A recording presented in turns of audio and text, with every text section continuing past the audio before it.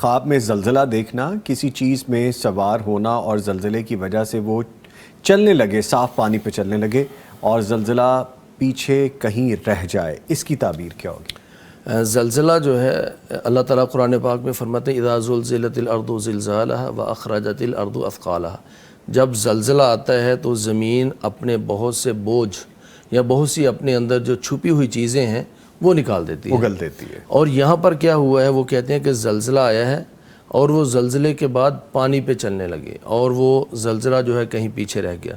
تو اس کا مطلب یہ ہے کہ یہاں پر زلزلہ اس کی زندگی میں جنہوں نے خواب دیکھا ہے ایک مثبت تبدیلی اور ایک زندگی کے نئے موڑ کا آغاز، یہ اس کی طرف اشارہ ہے جی۔ اور پانی کے اوپر چلنا یہ ممکن نہیں ہے، لیکن یہاں پر ایک ایسا ناممکن کام جو کہ بظاہر ناممکن ہے وہ کیا جا رہا ہے۔ تو اس کا مطلب زندگی میں کوئی ایسی تبدیلی آئے گی کہ چھپے ہوئے کئی خزانے یا کئی چیزیں جو اس وقت نظروں سے اوجھل ہیں، کوئی آدمی کاروباری ہے، کاروبار کر رہا ہے اور کسی معاملے میں الجھا، تو کئی چیزیں اس کے اوپر ایسی عیاں ہوں گی کہ وہ پھر دنیا کی جو پریشانیاں ہیں وہ کہیں پیچھے رہ جائیں گی۔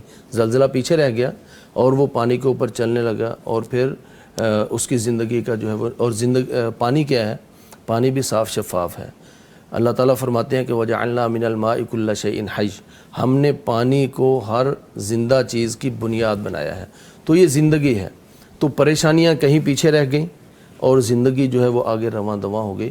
تو یہ پریشانیوں سے نکلنے کا خواب ہے اور یہ پریشانیوں کے خاتمے اور زندگی کے پرسکون نئے آغاز کی طرف اشارہ ہے انشاءاللہ۔